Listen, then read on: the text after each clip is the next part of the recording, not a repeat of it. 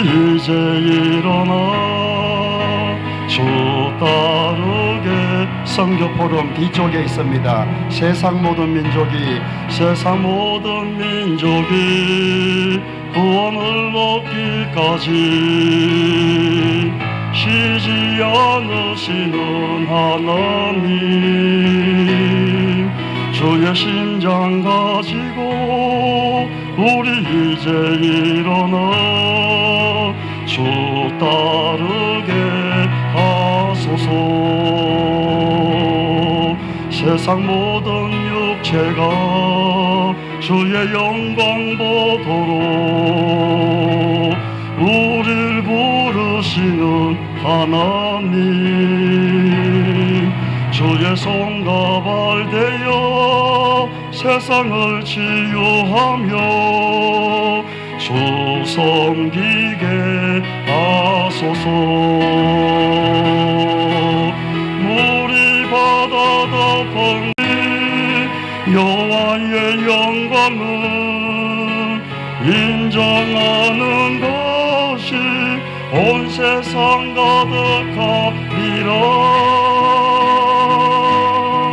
물이 바다 덮은 같이, 물이 바다 덮은 같이, 물이 바다 덮은 같이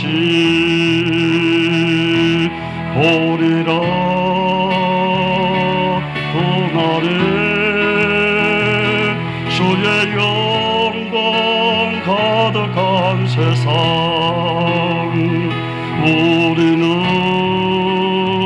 듣게 되리. 온 세상 가득한 승리의 함성, 물이 바다 덮은 같이 여호와의 영광을 인정하는 것이 온 세상 가득하리라. 물이 바다 덮은 같이, 물이 바다 덮은 같이, 물이 바다 덮은 같이 보리라. 그날에 보리라. 그날에 주의 영광 가득한 세상, 우리는 듣게 되리. 온 세상 가득한 승리의 함성, 물이 바다 덮은 같이 여호와의 영광을 인정하는 것이 온 세상 가득하리라. 물이 바다 덮은 같이, 물이 바다 덮은 같이, 물이 바다 덮은 같이.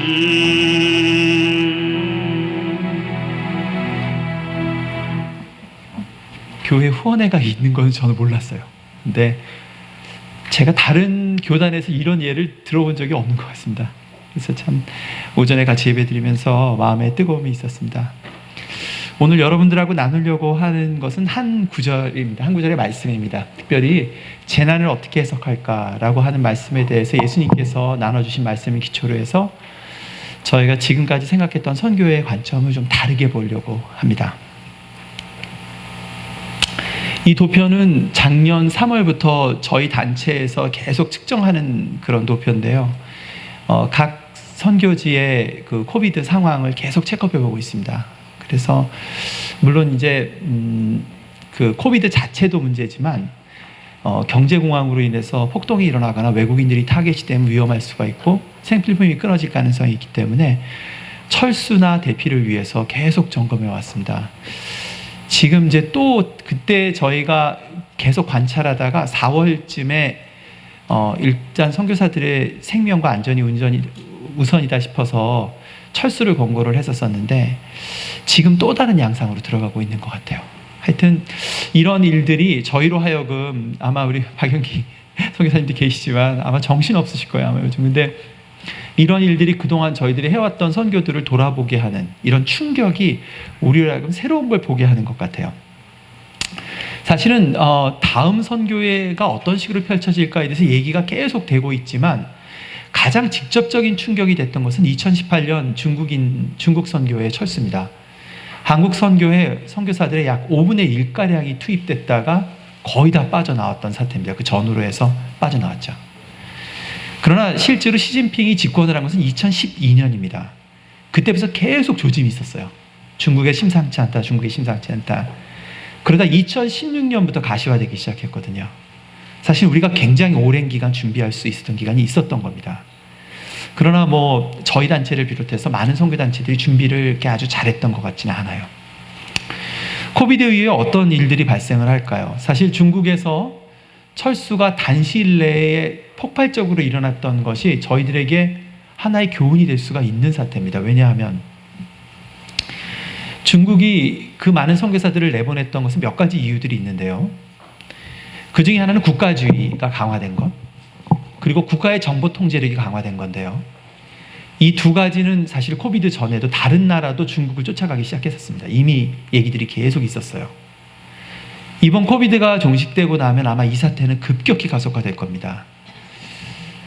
저희 단체는 지금 그 이유를 준비하고 있습니다. 만약에 나오게 되면 어떻게 할 것인가, 어떻게 트랜지션 할 건가, 얼만큼 돈이 들어갈 건가, 이런 것들을 준비를 하고 있습니다.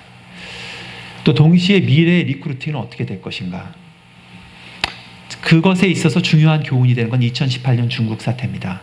지금 준비하면 미래가 훨씬 나을 것이라는 생각을 하게 됩니다.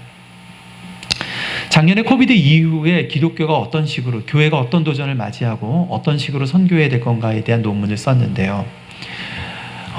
그리고 나서 하나 더 쓰고 싶은 게 있었는데 요번에 이 기회를 통해서 썼습니다. 특별히 이런 급격히 변하는 충격과 변화 가운데에 성경을 어떻게 해석할 것인가 라고 하는 부분을 해석을 하고 싶었는데 오늘 여러분과 나누는 내용이 그 내용입니다.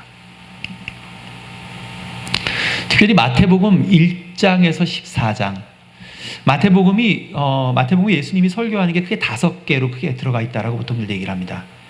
24장과 25장은 예수님의 거의 마지막 설교입니다. 물론 부활하신 다음에 몇 가지 구절들이 더 있긴 하지만 저자가 의도적으로 넣었던 큰 5개 중에 하나입니다.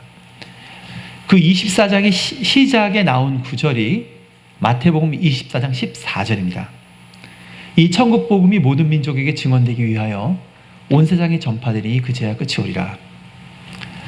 예수님께서 이 말씀을 하실 때의 그 배경은 예루살렘이 멸망할 것에 대한 큰 전쟁이 일어나고 예루살렘이 전에도 보지 못했고 후에도 보지 못할 엄청난 재난에 들어갈 것을 경고하시면서 하신 말씀이 24장과 25장입니다. 즉 AD 70년에 있었던 예루살렘의 몰락, 그리고 100만 명의 이스라엘 거의 본토인들이 거의 다 죽었죠.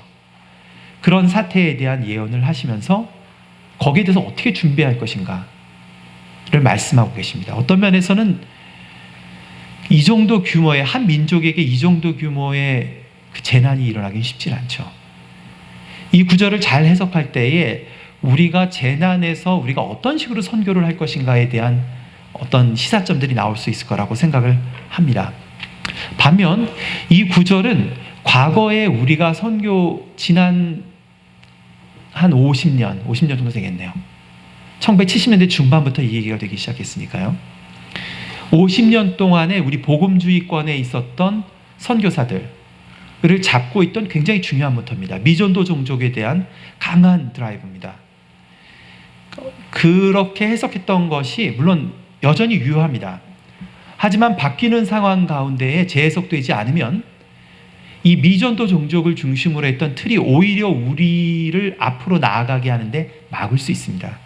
그래서 그것을 넘어서는 새로운 틀을 발견하기 위해서도 이 구절이 제대로 해석될 필요가 있다고 생각을 했었습니다. 그래서 이 얘기를 오늘 여러분들과 나누려고 합니다. 크게 4가지 주제를 얘기를 나눕니다. 하나는 불확실성, 또 연결성, 상호 의존성, 소망의 공동체, 이 4가지 주제를 10분씩에 걸쳐서 나누려고 합니다. 먼저 불확실성에 대해서 얘기를 하려고 합니다. 오늘 예수님께서 모든 민족에게 복음이 증언되기 위해서 온 세상에 전파드리니 그제야 끝이 오리라 라고 말씀하신 그 구절의 전제 가운데는 24장의 출발점이 있습니다. 그것은 이스라엘의 멸망입니다. 돌 위에 돌 하나도 남지 않을 것이다. 이 성전이. 그런 예언입니다. 우리가 이런 불확실성들이 나타나면 어떤 일들이 발생하냐 하면 그동안 믿었던 우리들이 생각했던 복음의 해석들을 다시 돌아보게 됩니다. 그리고 어떤 것들은 여전히 유효하지만 어떤 것들은 우리가 인간이기에 우리가 문화에 갇혀있기 때문에 제한되게 봤던 것을 다시 보게 되죠. 지난 1년 반 동안 발생했던 코비드 사태는 우리로 하여금 여러 가지 것들을 다시 생각하게 만드는 사건이었습니다. 그 사이에 교회에는 어떤 일들이 발생을 했을까요? 제 나름대로는 한 6개 통계 자료를 계속 비교해서 보고 있습니다. 근데 그 중에 하나는 갤럽 자료입니다. 갤럽은 세계적인 통계 회사인데요. 1984년부터 2014년까지 계속 그 종교의 변화, 한국 종교의 변화를 추적해 왔습니다. 굉장히 믿을 만한 그런 자료들이고요. 그런데 보시면은 개신교의 경우에요. 1980년대 말부터 큰 변동이 없는 것을 볼 수가 있습니다. 증가에 있어서 1980년대, 90년대 그 전후로 해서 계속 20% 어간에 머물러 있는 것을 볼 수가 있습니다. 반면 불교의 경우에도 굉장히 비슷하긴 한데 20%에서 왔다 갔다 하는데 최근 인구 센서스에 의하면 기독교가 드디어 불교보다 늘어난 숫자가 되었어요. 그러나 전체적으로는요, 종교가 점점 줄고 있습니다. 근데 나이별로 보면요, 그 각 종교의 미래를 알 수가 있는데 20대와 30대의 경우에 불교는 정확히 절반으로 꺾이는 것을 볼 수가 있습니다. 불교는 계속 줄고 있어요. 반면에 기독교는 교회는 안 나올지 모르지만 종교란에는 어쨌든 기독교라고 적는 젊은이들이 한 20% 정도를 차지하는 것을 볼 수가 있습니다. 이 자료는 작년 11월에 조사한 자료인데요. 10월 말에서 11월에 조사한 자료인데 리서치 코리아라고 하는 그 조사기관이고 뭐 종교기관이 아닙니다. 그런데 1년 사이에 매년 어차피 종교를 조사를 하는데 1년 사이에 과연 종교를 갖고 있다가 종교를 안 갖기로 결정한 사람들이 얼마나 되냐라고 볼 때 가장 데미지가 큰 종교가 크게 두 가지입니다. 하나는 개신교와 불교인데요. 각각 13%씩 줄어 있는 것을 볼 수가 있습니다. 그러나 제가 말씀드린 대로 불교는 이미 줄고 있었어요. 그렇기 때문에 실제적으로 가장 타격을 많이 받은 종교는 개신교라고 할 수 있습니다. 최근에 세계 종교기관에서 그 조사한 자료에 의하면은 기독교인들 가운데에 자기의 종교 생활이 얼마나 자기의 인생에 있어서 중요하냐라고 얘기할 때 압도적으로 개신교가 높은 것을 볼 수가 있습니다. 실제로 개신교인들은 굉장히 이 신앙을 자기 인생에 있어서 중요하게 생각합니다. 또 다른 통계 자료는 내 인생의 결정에 있어 얼마나 큰 영향력을 미쳤냐에서도 압도적입니다. 그리고 이것은 갤럽의 자료인데요. 그러니까 최근에 기독교인들이 줄어드는, 제가 이걸 보여드리는 이유는 왜 그러냐면 최근에 기독교인들이 줄어드는 게 과연 성도들이 열심히 없어서 그러는가? 그렇지 않다는 얘기를 드리려고 하는 거예요. 이 갤럽의 자료를 보면요, 일주일에 그 성당이나 교회나 절을 얼마나 많이 나가냐라고 하는 통계를 볼 때 뭐 기독교가 압도적으로 높기도 하거니와 1984년 이후로 2014년까지 가장 높은 빈도로 교회를 나가고 있습니다. 적어도 2015년, 2014년 어간까지는 그랬습니다. 그리고 11조에 있어서도 개신교인들이 그 퍼센티지가 1984년엔 42%였는데 68%까지 계속 늘어났어요. 그러니까 성도들이 신앙을 가볍게 여기거나 종교 생활이 약해져서 지난 1년 동안의 기독교가 타격이 있는 것은 아닙니다. 이 역시 세계 종교기관이 조사한 자료인데요. 세계 조사기관이 조사한 자료인데요. 이거는 20대와 30대만 조사한 자료입니다. 분류하는 것을 보면은 20대와 30대 가운데 나는 교회를 지금 안 나가고 있다. 그러나 신앙을 갖고 있다라고 하는 사람들이 20%입니다. 그리고 앞으로 나는 안 나갈 것 같다라는 것까지 카운트하면 40%입니다.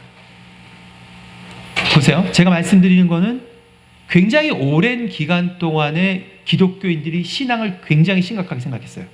그리고 교회도 그 어느 종교보다도 많이 나왔고 그 어느 때보다도 많이 나왔습니다.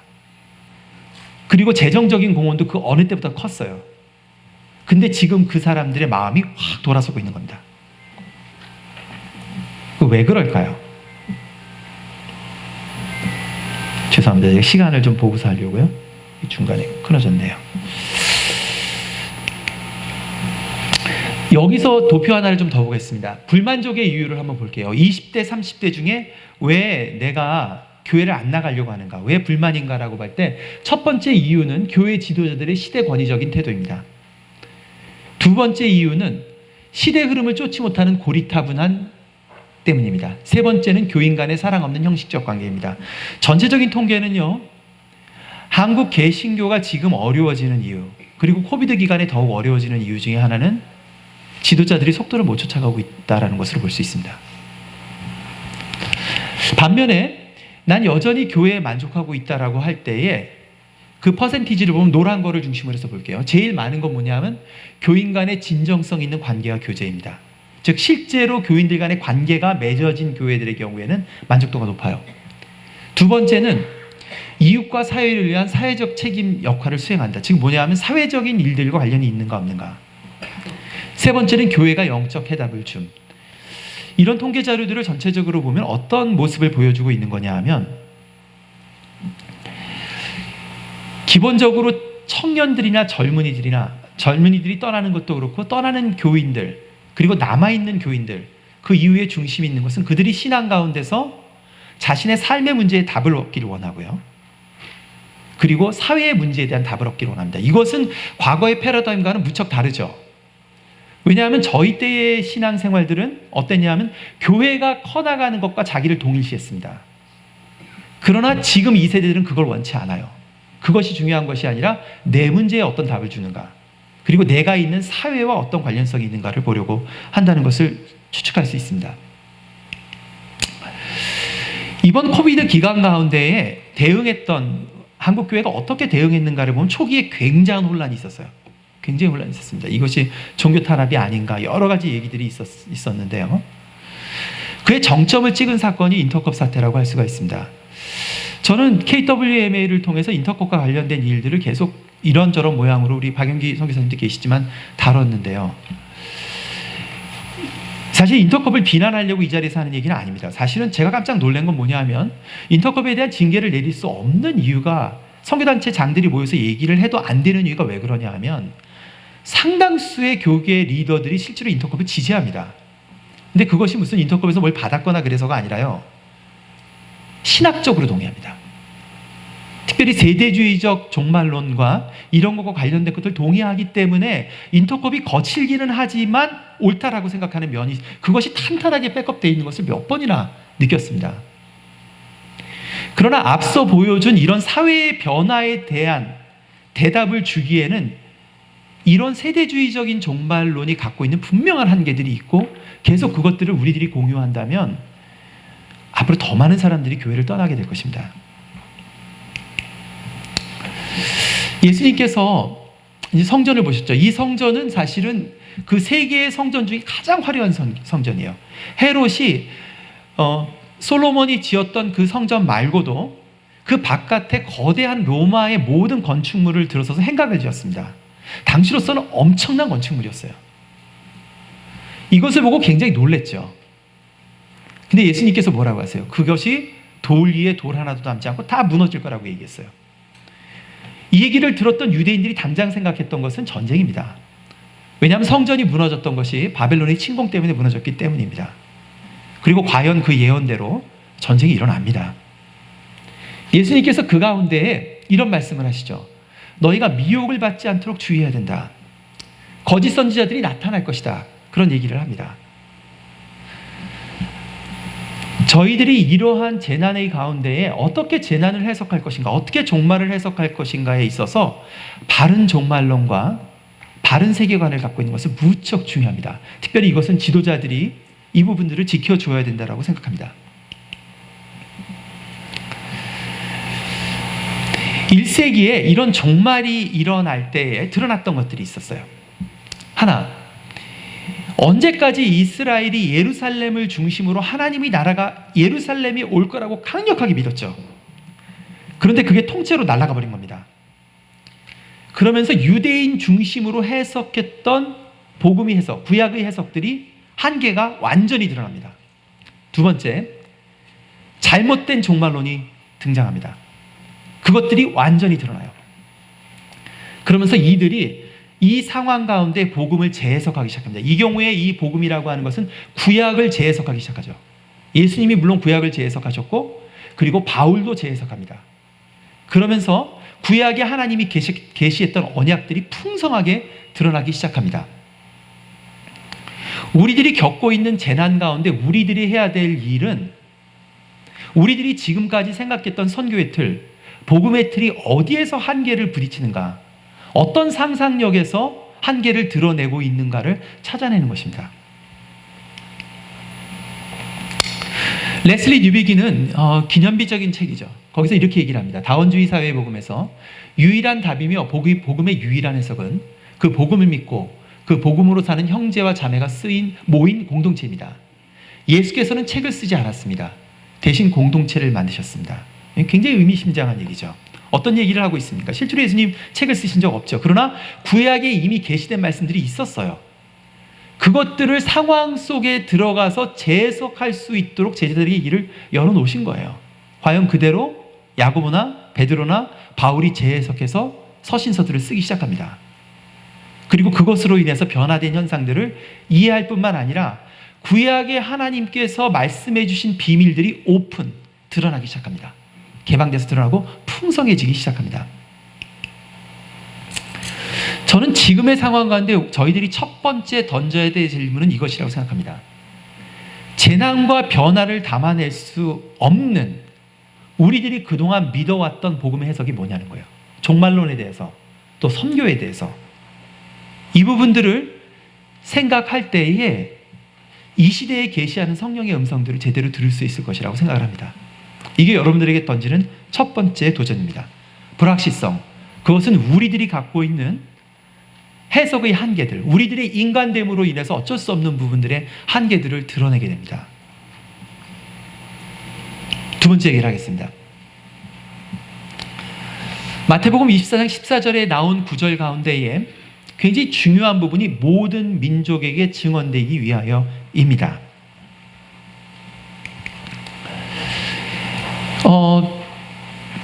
저는 5년 전에 25년 만에 한국에 들어왔어요. 그리고 지난 5년 동안에 제가 이렇게 위험한 지역에서 살아본 게 처음입니다. 중국에도 있었고 캐나다에도 있었고 한때 북한 사역도 했었어요. 그런데 밖에 있던 친구들이 저한테 전화를 해요. 야, 거기에 그 핵잠수함 들어갔다는데 너희 괜찮냐? 전쟁국 나는 거 아니냐? 핵미사일 쐈는데 전쟁 나는 거 아니냐? 수시로 전화들 걸려와요. 근데 제가 더 깜짝 놀라는 거는 정작 이 땅에 살고 있는 한국인들은 전혀 요동함이 없다라는 것입니다. 깜짝 놀랐죠. 그러면서 실제로 이 한반도를 통해서 어떤 일들이 발생하는가들을 봤을 때에 한반도를 둘러싼 열방의 패권 경쟁이 지난 5년만큼 실제적으로 가시적으로 드러났던 적이 없는 것 같아요. 중국과 미국이 해양 세력과 대륙 세력이 분명히 칼을 세워서 날을 세우고 갈등을 일으키는데 그 중앙에 저희 나라가 딱 놓여있게 됩니다. 그리고 통일에 관련된 일들이 한 발자국도 못 나가는 모습들을 볼 수가 있었어요. 우리가 이 땅에 살고 있는 것이 놀랍게도 열방의 이해관계와 연결되어 있다는 겁니다. 상호 연결성이, 그 거대한 그림의 연결성들이 있다는 거예요. 또 다른 얘기 하나 할게요. 여러분 혹시 아까 노래 불렀던 물이 바다 덮은 가치를 누가 지었는지 아세요? 그 노래를 지은 사람은 고용원 선교사입니다. 고용원 선교사는 예수전도단 출신의 선교사고요. 원래 대학에서 건축을 전공을 했는데 이분이 90년대 중반부터 통일과 부흥에 대한 노래들을 계속 지었습니다. 이 땅의 황무함을 보소서, 물이 바다 덮은 같이, 마라나다, 여러분들이 아는 많은 찬양들을 지었습니다. 저는 이분이 지은 가사들을 읽으면서 깜짝깜짝 놀랄 때가 많아요. 저는 한때 대천덕 신부님을 통해서 한국교회에 말씀하시던 흐름이 어쩌면 고용원이라고 하는 굉장히 험블한 사람을 통해서 우리에게 오는 게 아닌가 싶어요. 이분의 찬양 사역자로 재밌게도 최전성기는 2006년, 2007년 평양 부흥 대 100주년 때였습니다. 많은 노래를 지고 많은 콘서트를 했죠. 근데 그렇게 잘 나갈 때 이분이 본인이 하나님께 음성을 들었다라고 느꼈던 게 있었어요. 예수전단 출신답게. 그것은 기독교인들뿐만 아니라 비기독교인들도 함께 부를 부흥과 통일의 노래를 네가 지어야 한다. 또 남한 사람들만 노래 부르는 것이 아니라 북한 사람들도 장마당에서 부를 수 있는 노래를 네가 지어야 된다. 이제 그런 강한 감동이 있었어요. 그래서 기다리다가 2009년부터 이 작업을 하기 시작합니다. 그래서 실제로 판을 냈어요. 2015년에 판을 냈습니다. 그래서 인순이라든가 전인권이라든가 이런 일반 사람들도 들을 수 있는 많은 가수들을 초청을 해서 굉장히 어려운 가운데 이 판을 냈죠. 근데 실제로 이것을 내는 것은 굉장히 어려운 작업이었습니다. 왜냐하면 이런 질문들이 던져지는 거예요. 너 변한 거 아니야? 왜 하나님을 노래하던 사람이 통일에 대해서 얘기를 하냐? 그리고 너 왜 비기독교인들 사이에서 인기 있으려고 해? 사실은 이 질문은 저도 평양에 대학을 세우는데 프로젝트 총무로 제가 7년 동안 일을 했는데요. 평양에 대학을 짓기 위해서 모금 활동할 때 계속 들었던 얘기고 실제로 우리들 가운데도 질문이 있었던 거예요. 우리가 직접적으로 북한 학생들한테 복음을 전할 수도 없고 근데 거기다 대학을 짓고 이게 맞는 거야? 우리 스스로도 확신이 안 들더라고요. 질문을 여러분들한테 던지는 거예요. 평화를 위해서 일하는 것이 선교일까요? 그것이 복음의 증거가 될 수 있습니까? 아닙니까? 사실 달라진 환경들은 우리로 하여금 그동안 우리가 당연하게 생각했다라고 생각하는 것들을 되짚어 묻게 만듭니다. 우리가 마태복음 24장 14절을 대표적으로 해석한 것은 이것이에요. 어떻게 해석했냐면 땅끝까지 모든 민족에게 복음이 전파되면 예수님이 오실 거라는 거예요. 맞습니까? 그 얘기가? 그럼 그 모든 민족을 누굴 말합니까? 1974년에 랄프 윈터가 로잔에서 말했던 미전도 종족 한 2만 개에서 3만 개 그 사람들 모든 그 종족 가운데 교회가 세워지면 모든 민족에게 복음이 전파된 겁니까? 이것이 조직신학적으로 맞습니까? 우리가 종말을 앞당길 수 있습니까? 하나님의 역사의 운행이 우리가 복음 전하는 것과 관련이 있습니까? 여러 가지 질문들이 우리에게 던져지죠. 만약에 이 구절이 그동안 해석되었던 복음주의자들이 해석되었던 그 방식대로 사실이라면 왜 다른 신약 성경에는 이 얘기가 없는 걸까요? 이것은 그야말로 감춰진 비밀입니까? 또한 마태복음 이전에 쓰여졌던 마가복음, 특별히 마가복음은 원래 마가복음 16장 8절에서 끝이 납니다. 그리고 누가복음, 마태복음이 쓰여지고 그리고 9절 이하로부터 16절까지 붙는 거는 나중에 마가복음에 첨가된 겁니다. 원래 쓰여진 마가복음 16장 8절까지는 세계 선교에 대한 얘기가 없어요. 그러다 마태복음에 굉장히 이 부분이 강조가 됩니다. 그리고 나중에 첨가합니다. 왜 그럴까요? 만약에 우리가 모든 민족에게 복음을 전하는 것만이 선교라고 얘기를 한다면 구약의 그 모든 풍성한 얘기들, 하나님께서 부족을 사용하시고 노예들을 해방시키시고 그리고 한 나라를 다윗이라고 하는 왕을 통해서 다스린 그 풍성한 얘기들은 다 필요가 없어지는 겁니까? 복음만 전하고 그들에게 교회만 세우면 모든 것이 끝이 납니까? 무엇이 바른 해석일까요?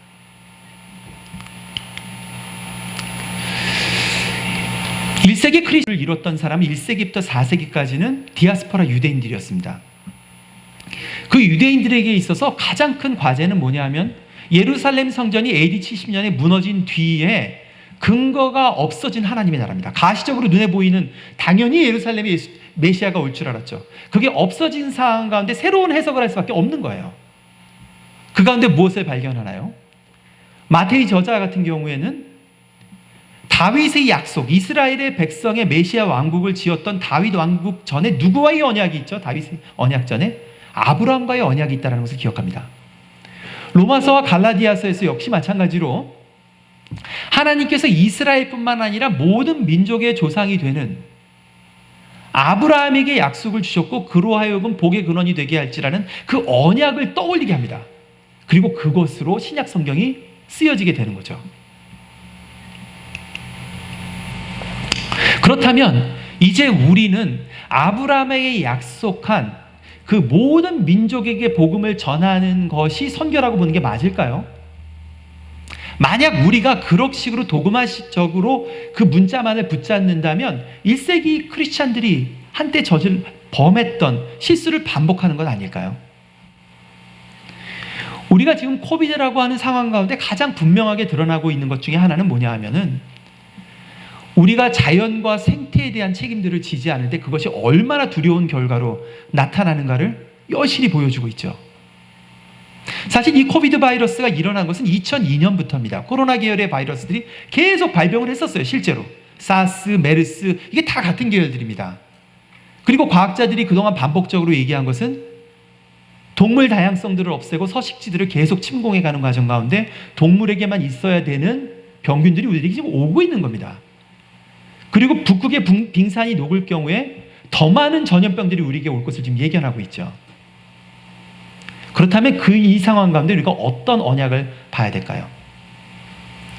아브라함의 언약 전에 노아와 맺은 언약이 있습니다. 그것은 창세기 9장 1절에서 12절의 말씀이죠.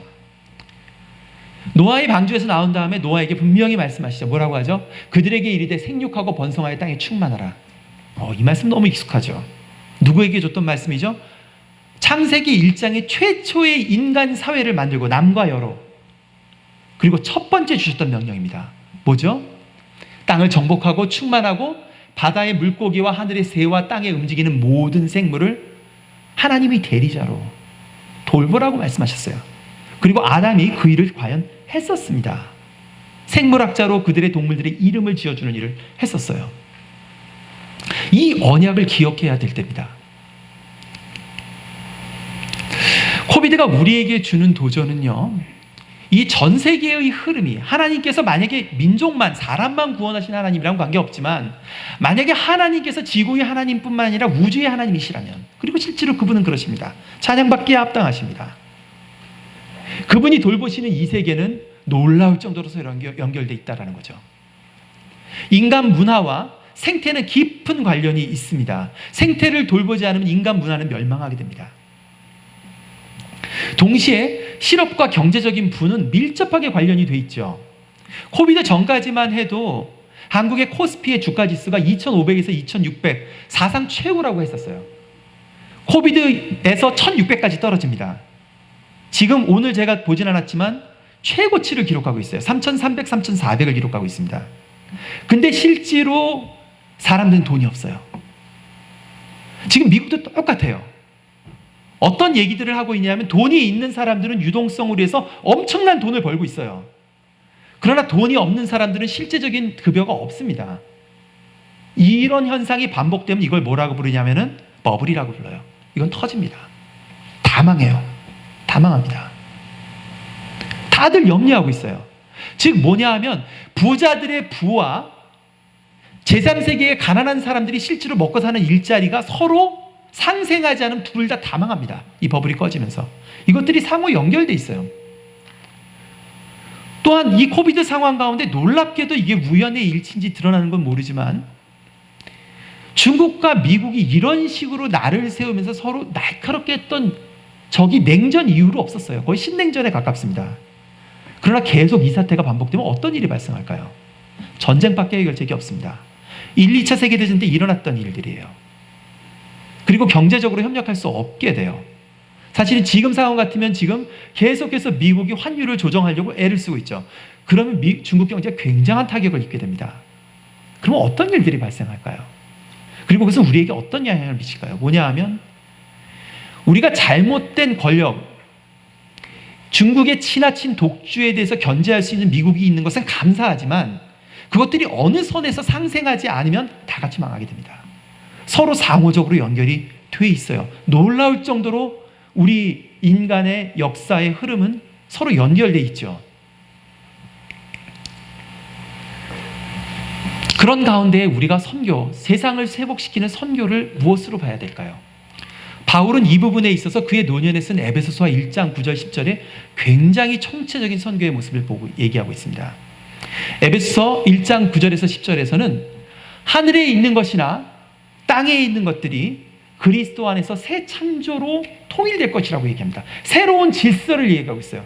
그 새로운 질서를 회복시키시는 하나님의 손길이 있다라고 얘기합니다. 그리고 그 일 가운데 2장 10절에 보면 그 일에, 그 선한 일에 동참케 하기 위해서 교회를 만드셨다라고 말씀하고 계십니다. 골로새 1장 19절 20절에도 똑같은 얘기를 하고 있어요. 하나님께서 마음을 두시는 것은 모든 민족뿐만이 아니라 예수 그리스도 안에서 땅에 있는 것들이 하늘에 있는 것들이 화목되기를 원하신다라고 말씀하고 계십니다. 그리고 하나님 백성이 된 우리는 그 일에 다양한 방법으로 동참하도록 불림을 받은 거죠.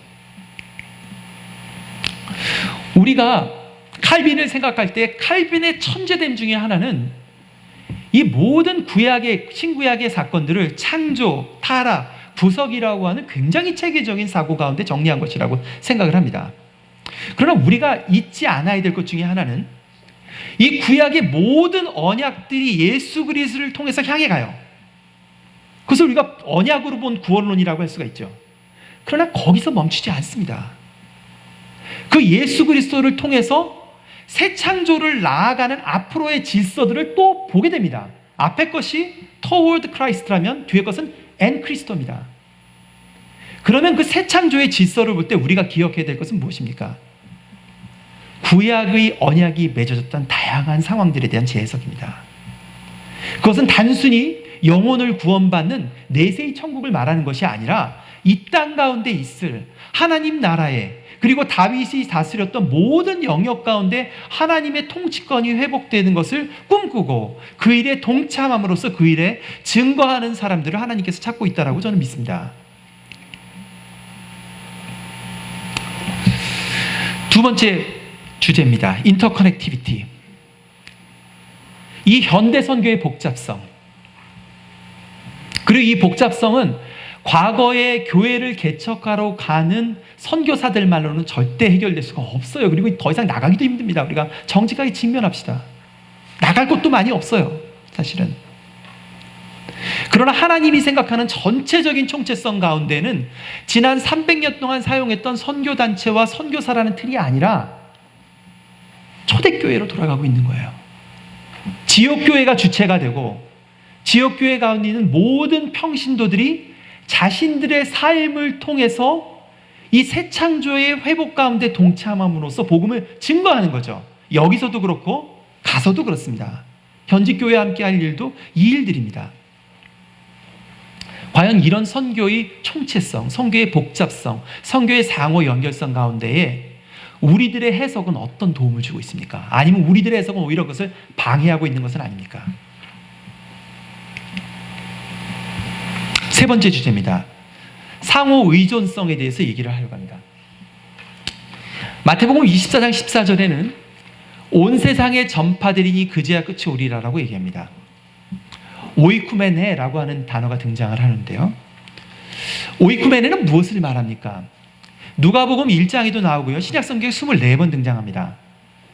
그 당시 문헌에도 그렇고 성경에도 그렇고 이 오이쿠메네는 사실은 1세기 로마가 갖고 있던 다양한 도들, 10개의 프로빈스들 전체를 말합니다. 즉 로마 제국, 로마 연방을 의미하는 말입니다. 온 세상에 전파된다는 그런 뜻이죠. 예수님께서 요한이 잡힌 후 갈릴리에 오셨다라고 얘기를 할 때 그 당시 1세기에 마가복음을 읽었던 사람들이 생각했던 건 요한이 누구에게 잡혔죠? 헤롯 안티파스에게 잡혔습니다. 사실 헤롯 안티파스는 실질적인 군사력이 없던 왕이죠. 갈릴리에서 밀란이 일어났을 때 그것을 진압했던 사람은 누굽니까? 로마 군대가 진군해서 진압을 합니다. 즉 뭐냐 하면 마가복음 1장 15절에 하나님이 나라가 이 땅 가운데 임했다라고 말하는 그 구절의 전반적인 배경은 무엇을 말하죠? 하나님 나라와 대조되는 로마 제국이라고 하는 그 컨텍스트가 그 뒤를 바치고 있는 것입니다. 그래서 로마 황제를 불렀던 주님이라는 말을 신약성경 가운데 예수님을 부를 때 계속 사용을 하죠. 그리고 베드로 전후서, 그리고 서신서들, 그리고 요한계시록 가운데에 복음서가 말하고 있는 하나님의 나라는 제국과 분명히 대비가 되고 있습니다. 뿐만 아니라 제국 때문에 하나님이 나라를 더 깊이 이해하기도 합니다. 왜냐하면 그 나라가 다민족으로 그 제국이 구성되어 있기 때문입니다. 즉 뭐냐 하면 상황은 우리로 하여금 그전에 보지 못했던 하나님의 나라의 총체성을 보게 합니다. 동시에 그 컨텍스트와 다른 하나님 나라의 다른 점이 뭐야? 라고 하는 것을 우리로 하여금 질문을 던지게 하죠. 로마 제국의 가장 큰 고민은 이 알렉산더 대왕, 그 전에 있었던 알렉산더 대왕이 갖고 있던 헬레니즘의 비전, 다양한 민족들이 모여 살아서 도시를 중심으로 새로운 도시들이 끊임없이 만들어지고 그 도시 가운데 다양한 민족들이 한 언어를 쓰면서 공존할 수 있는 그런 사회를 이끌어가기를 원하고 그 비전들을 내세웠어요. 그러나 그것이 실제로 그 다양성들을 제국이 담아내긴 대단히 어렵죠. 어떻게 담아냈을까요? 실제로 로마가 담아냈던 방법은 크게 두 가지입니다. 하나는 자본주의입니다. 유대의 성전에서 로마 돈이 사용됐을 만큼 로마는 철저하게 무역에 의해서 움직였던 나라입니다. 지중해가 그들의 앞바다예요. 거기서 모였던 막대한 부를 통해서 배들을 건조하고 도시들을 지었습니다. 돈에 의한, 상업에 의한 질서를 한 손에 잡고 있었죠. 그리고 또 한쪽에 갖고 있었던 것은 강력한 군사력입니다. 겉으로 보기에는 헬레니즘의 거대한 철학을 내세우는 것 같고, 그리고 공평하게 자본에 의해서 움직이는 것 같지만 그 사회 가운데 분명한 계층이 분명하게 공존하고 그것들을 어겼을 때 강력하게 군사력으로 탄압합니다. 작게는 사도행전에 나온 것처럼 외국인들을 재판에 넣고 때리고 죽이기도 하고 군사적으로 다른 나라에 쳐들어가서 초토화시켜버리기도 합니다. 즉 상업주의와 자본주의와 강력한 군사적 패권주의를 가지고 전체를 다스리고 있었죠. 그 가운데 하나님 나라의 질서가 지금 드러나고 있는 거예요. 하나님의 나라는 이 인터커넥티비티, 여러 다른 것들이 한꺼번에 공존해야 되는 상호 연결성을 어떻게 해결할 것인가?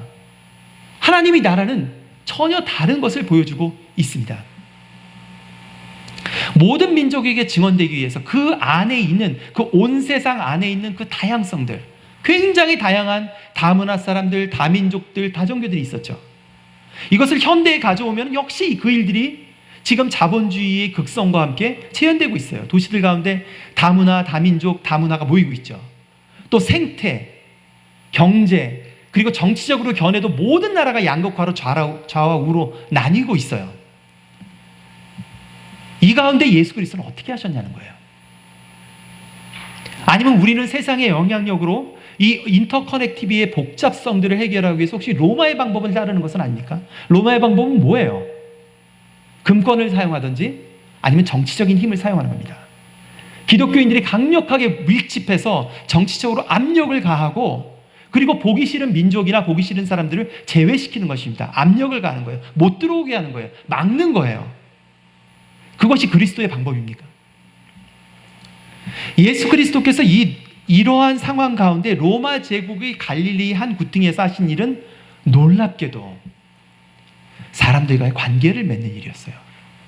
특별히 약한 사람들과의 관계를 맺는 것인데 이것이 기독신앙의 독특한 점이에요. 왜냐하면 앞에서는 거대 담론을 얘기해요. 정말 로마가 약속한 것처럼 한때 공산주의가 약속했던 것처럼 그런 거대한 허망한 거대 담론인 것처럼 얘기를 해요. 그리고 마치 구조가 바뀌면 모든 문제가 해결될 것처럼 얘기하는 것처럼 보여요. 왜? 하나님이 통치를 얘기하니까. 하나님이 거대한 질서를 얘기하니까. 그러나 실제 실천에 들어가면 어떤 일을 하나요? 그것은 전체적인 하나님이 통치를 꿈꾸면서도 실제는 사람들을 만납니다. 그리고 그들을 사랑합니다. 그리고 그들을 위해서 생명을 줍니다. 인터커넥티비티가 인터디펜던시로 바뀌는 순간입니다.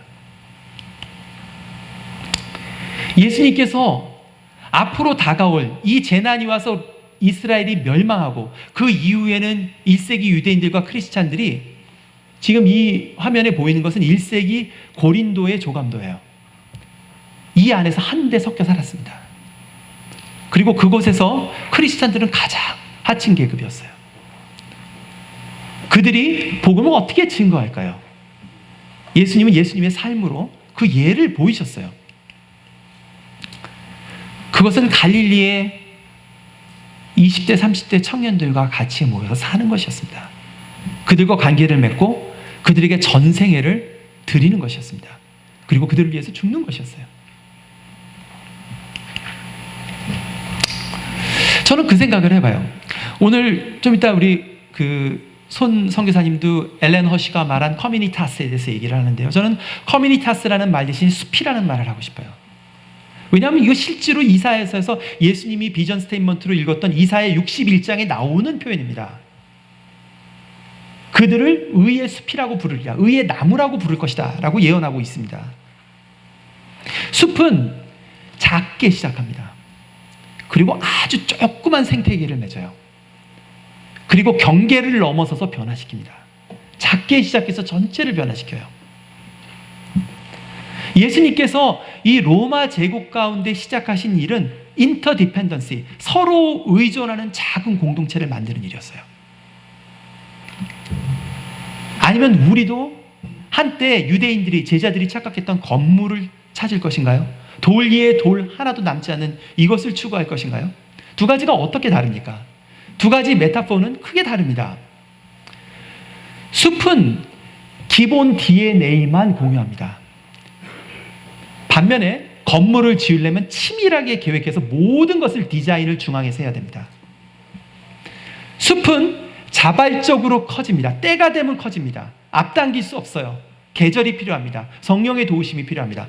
반면에 건물은 전략적으로 천재들이 중앙에서 해야 됩니다. 숲은 자기 경계야만 머물 수가 없어요. 본질상 사방으로 튀어갑니다. 그러면서 또 다른 숲을 만들어내요. 그러나 건물은 그 안에만 있어야 됩니다. 숲은 굉장히 다양한 모습의 선교들이 존재합니다. 선교가 일원화되어 있지 않아요. 어떤 사람은 교육을 통해서, 어떤 사람은 주부로서, 어떤 사람은 사업을 함으로써, 어떤 사람은 직장인으로서, 어떤 사람은 목사로서, 어떤 사람은 사모로서 굉장히 다양한 모습들, 즉 뭐냐면 자기의 하나님께서 심으신 그 선한 일을 발견하도록 돕습니다. 그러나 건물은 특정 모양을 다 찍어냅니다. 숲은 작고 친밀한 생태계를 먼저 만듭니다. 그러나 건물은 중앙 집권적입니다. 저는 북미에 있는 교회나 한국에 있는 교회들이 지난 30-40년 동안 교회 성장 운동의 큰 흐름 가운데에 숲에서 건물로 옮겨왔다고 생각합니다. 이걸 어떻게 해체해야 될지 모르겠어요.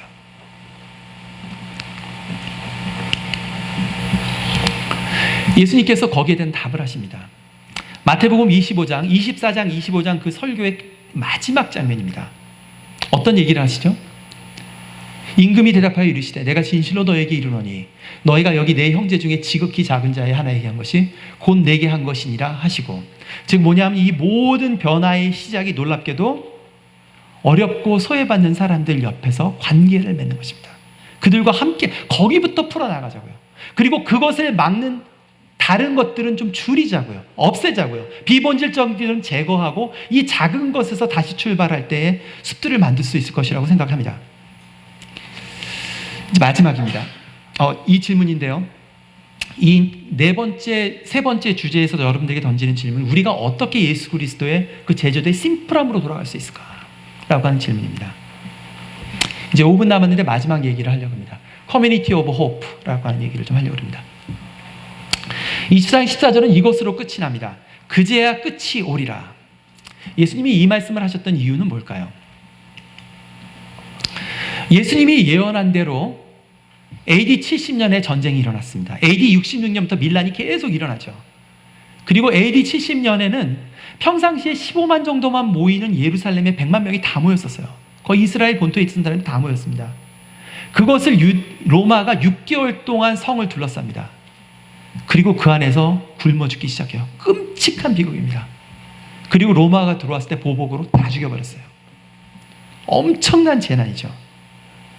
이 일을 겪고 실제로 남은 유대인들은 디아스포라 유대인들이었어요. 상당수가. 그들이 이것을 봤을 때 얼마나 허망했을까요? 또 유대교적 배경을 가진 크리스찬들이 얼마나 허망했겠어요. 왜? 그 땅 가운데에 구약의 예언대로 예루살렘 가운데 메시아가 와야 되는데 그 성전부터 시작해서 그 나라가 싹쓸이로 다 없어져 버린 거예요. 너무너무 슬픈 일이죠. 그리고 다니엘서에서 예언했던 적그리스도, 마지막 그 거대한 괴물, 바다에서 나온 그 거대한 괴물이 하나님의 백성들을 다 죽여버린 것 같아요. 하나님의 나라를 다 죽여버린 것 같아요. 그 가운데 이 말씀을 하고 계시는 겁니다. 그제야 끝이 오리라고. 아직 진 게 아니라고. 너희들을 멸망시켰던 그 온 세상 가운데 복음이 승리할 거라고, 선포될 거라고, 그제야 끝이 오는 것이고 아직 끝난 것이 아니라고 말하고 있는 것입니다. 이것은 굉장한 소망의 얘기를 지금 하고 있는 겁니다. 이 사진은 2013년 테러가 일어났던 파키스탄의 온성도 교회입니다. 파키스탄은 2억 7천만 명가량의 사람들이 살고 있는데 그 중에 대부분이 강성 무슬림들입니다. 약 3%가량이 기독교인입니다. 이 땅에서 기독교인으로 사는 것은 너무나 힘들고 위험한 일입니다. 2013년 페샤와르에서 주일날 예배드리고 점심 먹으러 나오고 교제하는 이 가운데 자살폭탄 테러가 일어나서 100명이 죽었어요. 그 자리에서. 그 중에 절반이 어린애들이었습니다. 이제 죽었을 때 이제 슬퍼하는 장면들인데요. 여기에 가서 일하던 한 장로교 목사가 있었어요. 93년에 들어갔죠. 그리고 거기에 속해 있는 파키스탄, 원래는 장로교 목사지만 파키스탄 교단의 전도부장이 됐어요. 그리고 이 페샤와르에 들어가서 그 교회를 목회를 했었어요. 그들이 죽었다는 소식을 듣고서는 2013년에 이들이 신학교 교수로 있던 걸 그만두고 들어갑니다. 그리고 그들을 섬기기 시작해요.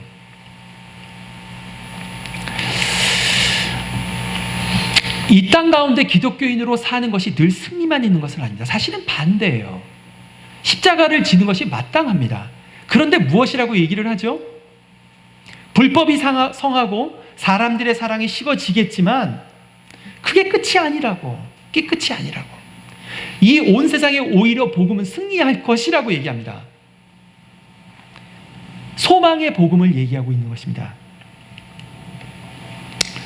마태복음을 우리가 읽어보면요, 28장 가운데 중간에 큰 기착점이 있습니다. 그것은 가이사랴 빌립보입니다. 그 전까지 예수님을 따르고 그 많이 따랐던 무리들, 그리고 수많은 기적을 행했죠. 그러나 가이사랴 빌립보에서 예수께서 십자가에 달려 죽으실 것을 말씀하시고 너희도 십자가를 져야 한다라는 얘기를 했을 때 대부분의 제자들이 떠납니다. 그리고 남아있던 제자들에게도 더 이상 기적이 일어나지 않아요. 그전에는 오병이어로 수많은 사람들을 먹였었는데 그때부터는 간질병 걸린 귀신 들린 애 하나를 못 고칩니다. 왜 그럴까요? 왜 그럴까요? 예수님께서 부활하셔서 승천하실 때에도 배고프고 경배하나 아직도 의심하는 사람들이 있대요. 무엇을 의심한 걸까요? 저는 그것은 우리의 믿음이 본질적으로 십자가와 부활과 관련돼 있다는 것을 믿지 않는 것입니다. 이것은 마틴 루터가 종교개혁에서 분명히 얘기했던 것이에요.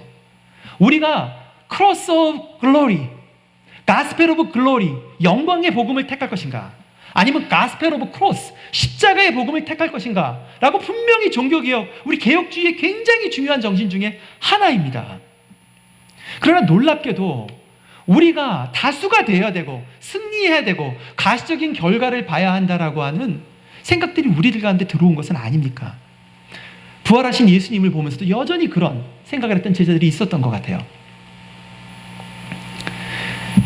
그 제자들 가운데 성령이 임하신 것입니다. 죽음과 부활의 시간,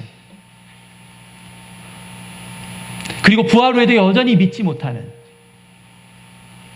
예수를 믿는 것은 근본적으로 우리의 스승 되신 예수 그리스도를 따라서 십자가의 희생을 치르는 것을 피할 수 없어요. 모욕받는 걸 피할 수 없습니다. 가시적인 결과를 보지 못하는 일이 당연히 있습니다. 그 가운데 여전히 소망을 보는 것입니다. 여전히 소망을 봐요. 부활을 소망합니다. 어떻게 가능하죠? 성령이 임하시면 가능합니다. 그래야지 우리가 약함 가운데 강함이 되는 복음을 전할 수 있습니다. 안 그러면은 로마 제국의 방법을 따라가게 됩니다. 부활의 공동체, 부활의 소망이 새로워지는 공동체, 우리가 어떻게 할 것인가? 크게 4가지 질문들을 던졌습니다. 재난과 변화를 담아내지 못하는 우리의 해석은 무엇인가? 우리가 무엇을 버려야 할 것인가? 2번째, 현대 선교의 복잡성, 모든 사람들이 선교적 삶으로 나서야 되는, 그리고 교회가 선교적 교회로 변화되는 가운데 우리의 신학적 해석은 무엇이 필요합니까? 그리고 그것이 복잡해 보이지만 사실은 예수 그리스도의 심플함으로 돌아가는 것인데 무엇을 버려야지 이 심플함으로 갈 수 있을까요? 그리고 우리 가운데 어떻게 부활의 소망이 새로워질까요? 감사합니다.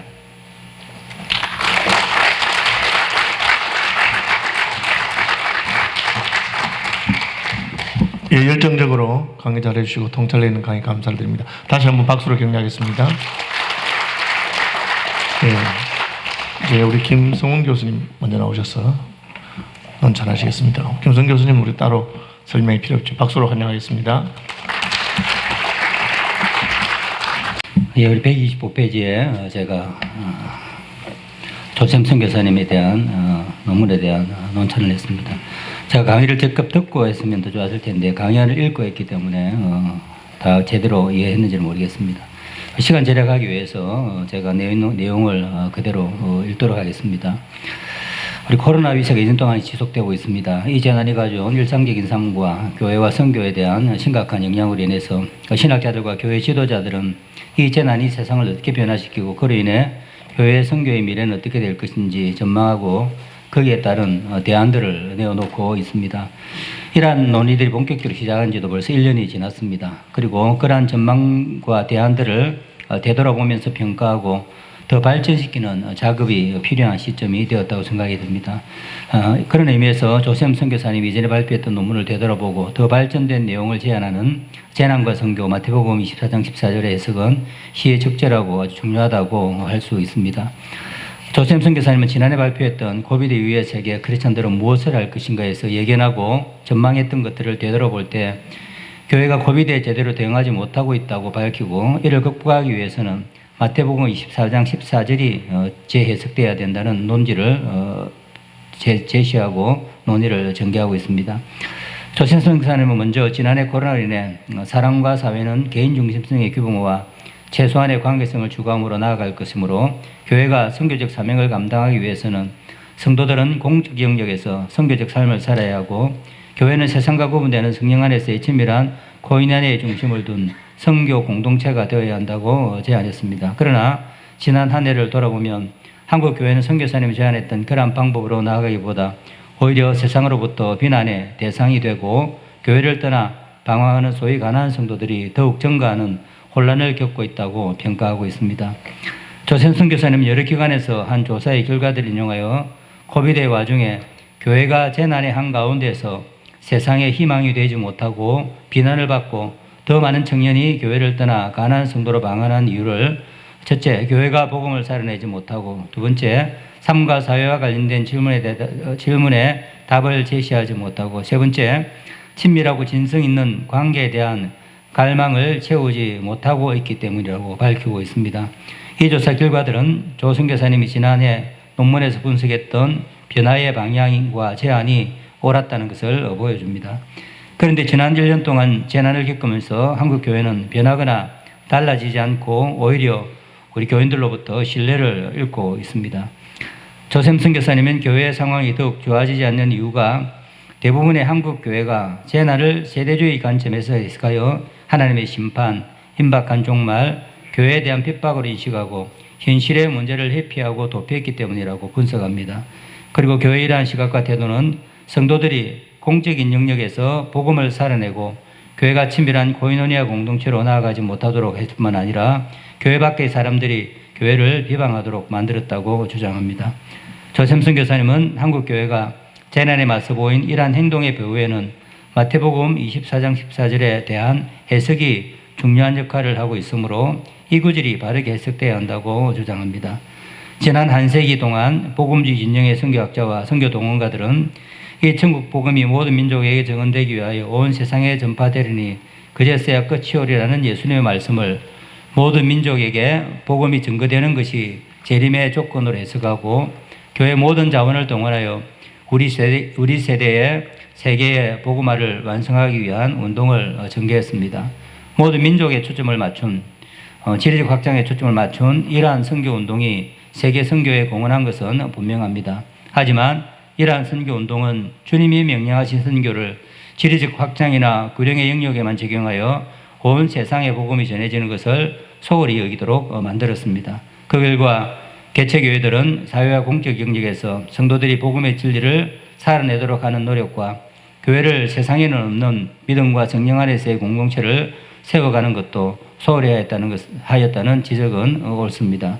그래서 조샘 선교사님은 마태복음 24장 14절을 선교에 관해 성경의 전체적인 틀 속에서 해석하고 복음을 공공의 복음, 소망의 복음, 진정한 관계의 복음으로 재해석할 것을 제안합니다.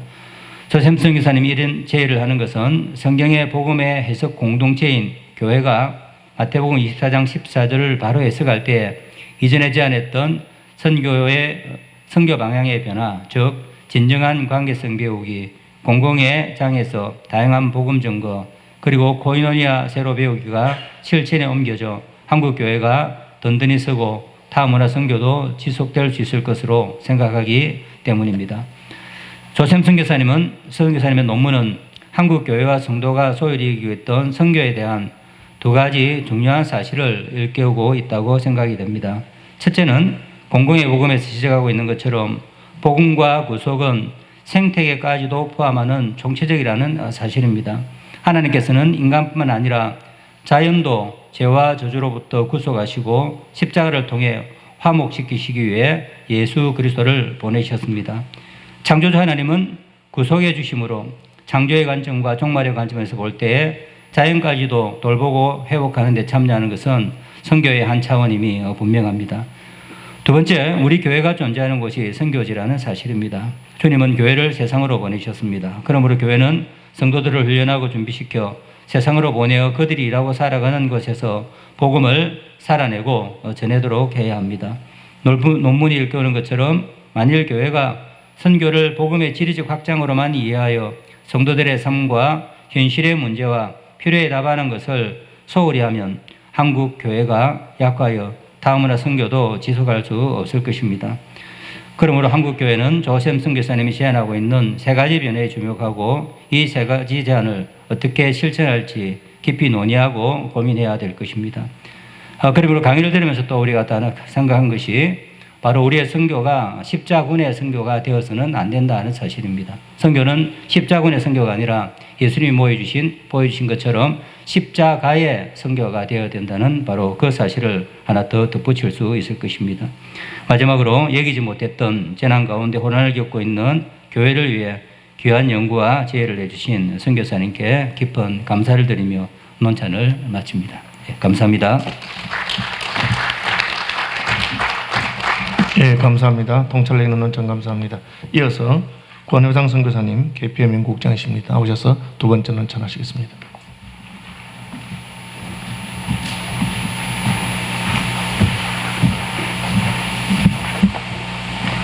예, 소개받은 KPM 연구국장 권효상입니다. 저도 우리 조샘 선생님께서 발제하신 우리 글과 또 우리 논찬하신 부분이 조금 축소되어 있는 그런 느낌이 듭니다. 사실은 지금 글에 써놓으신 것과 또 제일 뒤편에 있는 우리 글을 같이 읽으시면 훨씬 더 이해가 쉬울 것 같습니다. 저도 나중에 이 글을 읽었는데 굉장히 통찰력 있는 그런 글이었고 우리에게 많은 의미가 있다고 생각을 합니다. 제 글은 28페이지에 논찬 글이 있습니다. 자, 이 글을 읽으면서 제일 먼저 든 느낌은 필자는 공동체로서의 교회가 하나님의 선교의 가장 큰 희망임을 보고 싶어 한다는 것입니다. 교회가 동시대를 향한 바른 복음 해석 공동체가 될 때 비로소 선교적 교회로서 세상을 변혁시킬 수 있다는 것에 글의 무게가 있는 것 같습니다. 바른 복음 해석을 위해 예를 마태복음 24장 14절의 해석을 보여주시는데 이전의 필자는 작금 코로나 상황을 통해 극명히 드러난 한국교회 혼란과 그 이유를 진단하고 있습니다. 먼저 필자는 한국교회가 코로나 상황이라는 극적인 변화 상황에서 긍정적인 대처를 하지 못한 이유가 개인의 신앙의 문제가 거기에 있지 않음을 지적하고 있습니다. 오히려 교회 공동체가 나가야 할 향방의 문제임을 지적하고 있습니다. 그것은 권위적 리더십, 시대 흐름에 뒤처지는 교회 문화, 교회 안의 공동체성의 문제와 사회 안에서 대안적 공동체로서의 역할 부재, 그리고 무엇보다 이 세대를 어떻게 살아내야 하는지 그 영적인 해답을 얻지 못하는 못하는 것임을 지적하고 있습니다. 필자는 이 모든 문제점들을 함의하여서 복음의 진정성이 성도들의 삶을 통해 세상에 드러나도록 하는 문화를 준비하지 못한 교회를 지적하고 있습니다. 필자는 수십 년간 인도에서 사역하다 돌아와서 목도하게 된 영국 교회의 피폐함을 안타까워한 레슬리 뉴비긴의 심정으로 교회 공동체는 실존적 상황 가운데에서 복음과 선교의 의미를 바르게 해석해야 할 책임이 있음을 되뇌고 있습니다. 필자는 작금의 코로나 상황을 마태복음 24장의 재난 때에 유비하여서 복음의 해석학적 공동체로서의 교회가 코로나라는 재난 상황 가운데 지향해야 할 방향성을 재해석을 하고 있습니다. 필자는 마태복음 24장 14절이 복음을 지리적으로 모든 민족에게 전거되는 것을 조건으로 예수님의 재림과 종말을 연결시키려는 방식으로 편협되게 해석하는 것에 대해서 먼저 지적을 하고 있습니다. 이것은 선교의 주인이신 하나님의 선교가 자칫 교회 혹은 인간의 헌신 여하에 따라서 조정될 수 있다는 해석을 가능하게 하는 우를 범하기 때문입니다. 이러한 해석은 결국 랄프 윈트가 강조한 바와 같이 타민족에게 가서 복음을 전하는 원심적인 선교만이 존재하는 듯한 결과를 가져오게 되었습니다. 필자는 마태복음 23, 14절이 상황적 해석을 무시하고 다문화 선교를 위한 구절로만 해석되어서는 안 된다는 것을 지적하면서 오히려 이 구절을 마태복음 15장 등의 조명 아래에서 읽어져서 하나님의 선교가 모든 피조물이 예수 그리스도를 통하여서 예수 그리스도 안에서 통일되는 것으로 이해되어야 함을 말하고 있습니다. 그리고 마태복음 24장 14절이 초대 유대인으로서 그리스도인 된 이들에게 하나님의 나라의 관점에서 복음을 보다 넓게 이해하도록 해준 것처럼 오늘날 코비드 상황이 우리로 하여금 다시 복음을 우리의 실존 상황 안에서 새롭게 해석하게 해주는 역할을 해야 한다고 주장하고 있습니다. 그 해석으로 첫 번째 것만 보도록 하겠습니다. 전국 복음이 모든 민족에 증거되기 위하여 복음은 공공의 복음이 되어야 함을 주장을 하고 있습니다. 시간 관계상 2, 3은 생략하도록 하겠습니다. 이 논문이 가진 기여점과 또 적용점을 몇 가지 생각을 해보도록 하겠습니다. 첫 번째는 코로나의 암울한 상황을 이겨낼 수 있는 유일한 소망이 교회라는 것을 다시 한번 분명하게 상기시키면서 교회가 다시 복음의 올바른 해석 공동체가 될 때 그 일은 반드시 일어난다는 실존적인 종말론적인 소망을 우리로 가지게 하고 있습니다. 두 번째, 필자는 마태복음 24장의 해석을 통해서 선교의 내용인 복음이 극단적 전친연설이죠. 우리 세대주의라고 말할 수 있는 그 역량 아래에서 편협되게 이해되고 있음을 시의적절하게 지적을 하고 있습니다. 고신교회의 보수적인 신학적 특성상 하나님 나라와 총체적 선교라는 신학 용어에 대해서 아직 부정적인 느낌을 가지는 경우가 많습니다. 그러나 하나님 나라와 총체적 선교의 의미는 이미 로잔 대회 등을 통해서 우리 개혁교회 안에서도 충분히 재해석되어지고 또 통용되어질 수 있도록 신학적으로 이미 잘 해석이 되어져 있고 그 결과로 균형 잡힌 하나님 나라의 증거가 가능하다고 생각을 합니다. 세 번째, 성경은 모이는 교회, 흩어지는 교회 혹은 구심적 선교와 원심적 선교 모두를 가르치고 있습니다. 그럼에도 불구하고 필자가 직접 언급하지는 않았지만 작금의 선교가 원심적인 선교 시대에서 구심적 선교 시도에 큰 흐름이 있음을 보여주고 있다고 생각을 합니다. 예를 들어서 지리적인 해외 선교의 중요성을 강조해서 미전도 종족 또 템포리 윈도우 운동을 주도했던 랄프 윈트 박사 같은 분들은 이 운동을 벌써 수십 년 전에 폐기하셨죠. 그리고 사람과 영역 중심의 414 운동, 4에서 14세 그 아이들을 영역으로 보고 중점적으로 사역을 하고 있고 그 운동을 하고 있습니다. 이러한 것들이 의미하는 바는 구심적인 선교를 통해서 원심적인 선교로 나아가는 교회의 선교가 총체적으로 가능한 시대가 됨을 의미합니다. 즉 교회는 복음의 내용들이 성교적 삶을 살도록 부름받은 성도들의 전 포괄적인 삶의 영역에서 드러냄으로써 그 복음의 영향력을 통해 믿지 않는 이들이 교회로 돌아오는 방식의 구심적인 선교를 잘 먼저 감당해야 하겠습니다. 그러나 그러한 성도들 가운데 하늘에 계신 우리 아버지라고 고백하게 하신 우리 하나님께서 하신 것처럼 우리의 그런 사람들이 지경을 해외까지 넓히는 그런 성도들이 많이 나오는 방식의 원심적인 선교를 감당을 해야 되겠습니다. 이러한 성경이 가르치는 구심적, 원심적 선교의 균형 잡힌 원리를 고려할 때 심하게 표현하자면 한국교회 해외 선교, 특별히 구심적인 선교는 원심적인 선교는 구심적 선교가 약한 모래 위에 세운 성과 같다고 표현해도 과언이 아니겠습니다. 해외 선교의 모파는 교회입니다. 교회가 선교적 본질로서 건강하게 존재해야 해외 선교, 곧 원심적 선교 또한 건강할 수 있다는 점을 적용점으로 제시해 봅니다. 세 가지 질문을 드리겠습니다. 사실 제가 이 질문을 작성할 때는 뒤편에 있는 부록에 있는 우리 조세임 선교사님의 글을 보지 못한 상태에서 질문을 작성을 했는데 그것을 보시면 사실은 이 세 가지 답이 거의 다 나와 있다고 생각을 합니다. 그러나 한번 또 대답을 해주시면 감사하겠습니다.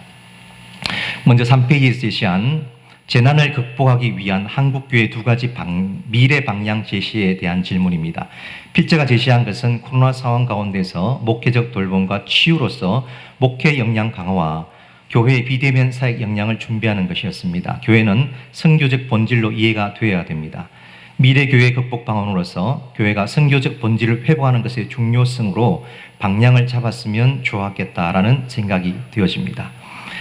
여기에 필자 의견을 듣고 싶습니다. 두 번째 질문은 필자가 7, 8페이지에서 언급한 것처럼 하나님 나라의 개념 안에서 총체적인 선교와 복음의 공공성을 개진한 것에 관해 있습니다. 필자는 하나님 나라는 모든 민족이 하나님께 돌아오는 것 이상을 의미하며 하늘과 땅의 모든 만물들을 하나님께 화목해 하는 것 또는 그리스도 안에서 새 창조의 질서로 빚어짐이라고 설명을 했습니다. 또 재난은 우리로 하여금 복음을 총체적이고 공공적으로 보게 하는 기회를 제공한다고 했습니다. 하나님 나라의 개념은 각 교단의 신학적 배경에 따라서 역사적으로 너무나 상이한 정인됨이 있어 왔습니다. 한국교회 안에서 고신교단의 신학적인 자리를 고려하시면서 총체적인 선교와 복음의 공공성과 관련하여서 필자가 고신교단 선교에 어떤 조언을 가지고 계시는지 또 듣고 싶습니다. 세 번째, 필자는 변화에 대응하기 위한 교회의 선교적 방향의 변화를 세 가지로 제시했습니다. 우리가 보통 알고 있듯이 레비나스의 관계성 이론에서 말하듯이 주체의 목적과 수도원으로서의 복음과 사랑의 대상을 만들어가는 관계성을 탈피하는 교회의 공동체 형성, 그리고 복음의 공공성에 대한 교회의 연습, 그리고 생명력이 있는 생태적인 공동체성이 그것이었습니다. 이 개념들은 사실 선교적 교회 중심 개념들 중에 일부인데 필자가 선교적 교회 미션을 처치와 관련하여서 더 강조하고 싶은 것이 있으면 추가해서 우리 피력해 주시기를 부탁을 드리겠습니다. 4차 산업혁명과 맞물려 선교는 지리적 선교를 강조하던 3세대 미전도 종족 시대에 우리 선교에서 사람과 영역 중심의 4세대 혹은 4시대 선교로 넘어가고 있는 형편에 있습니다. 4차 산업혁명은 더 이상 지리적, 언어적인 제약이 필요 없는 선교 시대를 어느 정도 가능하게 할 것으로 예상되어집니다. 어쩌면 코로나는 아직 미적거리고 있는 우리의 선교가 빨리 새로운 물길에 올라타기를 바라시는 하나님 편에서의 보탬이 아닐까 생각하면서 말무리를 하겠습니다. 감사합니다. 예, 논찬하신 우리 권혜상 선교사님이 질문을 먼저 해주셨는데 지금 시간이 예. 답은 참고 자료에 뒤에 있습니다. 조샘 선교사님 자료 보시면 되는 생각하고 사회 끝내겠습니다. 네, 광고 드립니다. 지금 1강, 2강의 3강에 대한 여러분들이 강사님에게 질문하고 싶으신 것은 빈종이다 나중에 다 적으셔서 저녁에 8시부터 9시 반까지 세 분 강사님과 함께 자유토론 시간이 있습니다. 그때 해주시면 감사하겠습니다. 지금 딱 20분 휴식하시고 바로 들어가게 되겠는데 강의 40분, 논찬 10분, 10분, 1시간에 딱 끝납니다. 시간보다 한 5분 정도 짧게 마치시는 분은 복이 있나니 다음번에도 청함을 받게 될 것입니다. 저희들은 10개를 이야기해서 2개를 주입시키려고 하는 포럼이 아니고 하나를 이야기해도 열을 알아들으시는 귀한 분들을 모시고 포럼하고 있기 때문에 아주 귀한 시간이 되리라 생각합니다. 뭐라고요? 예, 조금 아쉽게 좀 송구한 말씀 드리는 거는 5월 지금 2일부터 연휴가 되는 바람에 켄싱턴, 경주 전체가 완전히 꽉 찼습니다. 그래서 청소업자들이 들어와서 청소를 함에도 불구하고 아직까지 청소가 다 안 됐답니다. 그런 분들 좀 양해해 주시고 두 번째 강의까지 마치시고 나면 아무래도 청소가 다 안 되겠나 싶습니다. 지금 쉬셨다가 3시 30분인데 25분까지 와주시면 감사하겠습니다.